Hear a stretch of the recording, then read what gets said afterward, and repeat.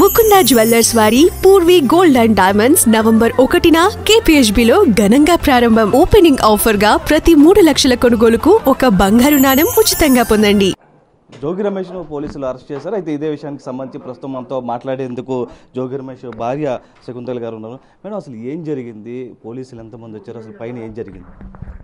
ఎంతమంది వచ్చారో తెలియదండి. 4:30కి అలా వచ్చి తలుపులు దబ బాదుతున్నారండి. ఇంకా ఏంటని అందరం ఉలిక్కిపడి లెగిసామండి. ఇంకా కిందకు ఫోన్ చేస్తే వాచ్మెన్ ఇలాగ వచ్చారు అని చెప్పారండి. నోటీసులు ఏమైనా ఇచ్చారా, లేకపోతే అరెస్ట్ చేస్తున్నామని ప్రకటించారు? లేదండి, నోటీసులు ఇవ్వడం కానీ అరెస్ట్ చేస్తున్నామని ప్రకటించడం కానీ అవేవి లేవండి. అట్లాగే ఏం చెప్పలేదు మాకు. అంటే పదే పదే చెప్తూ ఉన్నారు, ఏదైతే అమ్మవారి సన్నిధానానికి వెళ్ళారు, దర్శనం చేసుకున్నారు, తర్వాత ప్రమాణం కూడా చేశారు, ఈ వ్యవహారానికి సంబంధించి ఎటువంటి తప్పు చేయలేదని కూడా. అంటే ఇప్పుడు అరెస్ట్ చేశారు, ఏం చెప్తారు? ఇంకేం చెప్తామండి, అన్యాయంగానే అరెస్ట్ చేశారండి. పైన దేవుడు ఉన్నాడు, సమస్తం ఆయన చూస్తూ ఉంటాడు. న్యాయం తప్పకుండా గెలుస్తుంది. నా భర్త నిర్దోషిగా తిరిగి వస్తాడండి. అంటే కూటమి ప్రభుత్వం అధికారంలోకి వచ్చినప్పటి కాడి నుంచి కూడా అంతకుముందు మీ అబ్బాయిని కూడా అగ్రిగోల్డ్ కేసు సంబంధించి అరెస్ట్ చేయడం జరిగింది. ప్రస్తుతం జోగి రమేష్ గారు వంతు వచ్చింది, ఇప్పుడు కూడా అరెస్ట్ చేస్తున్నారు. అంటే ఏంటి మేడం, అంటే ఏమైనా ఉందంటారా? ఇంకా కోపం అండి, అది చంద్రబాబు గారి ఇంటి దగ్గరికి వెళ్ళినప్పటి నుంచి అదే కోపం పెట్టుకొని ఉన్నారండి. ఇంకా అంతకంటే ఇంకేం లేదండి.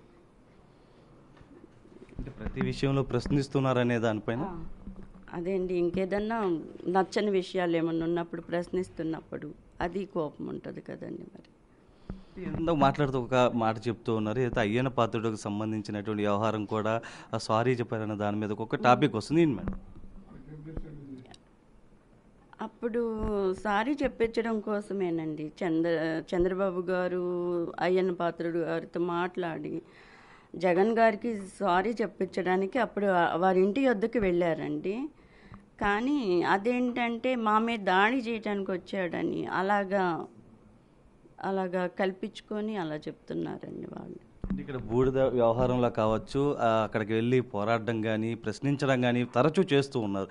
అంటే జోగి రమేష్ గారు పదే పదే చెప్తూ ఉన్నారు, నేను ఇక్కడి నుంచి ఇబ్రహీంపట్నం నుంచి కదలనని కూడా చెప్తూ ఉన్నారు. కానీ ప్రస్తుతం అరెస్ట్ ఇంకేం చెప్తామండి, వాళ్ళ మనస్సాక్షికే వదిలేస్తున్నామండి. వారికి కుటుంబాలు ఉంటాయి కదండి, ఎంత సఫర్ అవుతారో ఆలోచన చేసుకోవాలండి. పైన దేవుడు ఉన్నాడు కదండి, ఆయన అన్నీ చూస్తూ ఉంటాడు కదండి. ఒక నిర్దోషి కూడా శిక్షించబడకూడదు అనేది కోర్టులు న్యాయస్థానాలు చెప్తూ ఉంటాయి కదండి. నా భర్త నిర్దోషిగా తిరిగి వస్తాడండి. ఫైనల్గా చెప్పండి మేడం, ఏం చెప్తారంటే అంటే వ్యవహారానికి సంబంధించి? ఇంకేముంటుందండి, వాళ్ళు ఆలోచించుకోవాలి, మనస్సాక్షి ఉంటుంది కదండి. ఇంత అక్రంగా మనం అన్యాయంగా శిక్షిస్తే పైన దేవుడు ఉన్నాడు, మనకి ఏదో ఒక విధంగా, అంటే రేపు జగన్ వచ్చే వాళ్ళని శిక్షించే అవసరం లేదండి. పైన దేవుడు అని ఆయన ఉన్నాడు, ఏదో ఒక రోజు దేవుడే శిక్షిస్తాడు కదండి. మళ్ళీ జగన్ను సీఎం అయ్యి శిక్షించే అవసరం లేదండి. పైన దేవుడు చూస్తుంటాడు కాబట్టి తప్పకుండా ఆయనే చూస్తాడండి, దేవుడే చూసుకుంటాడు తప్పకుండా అంతా.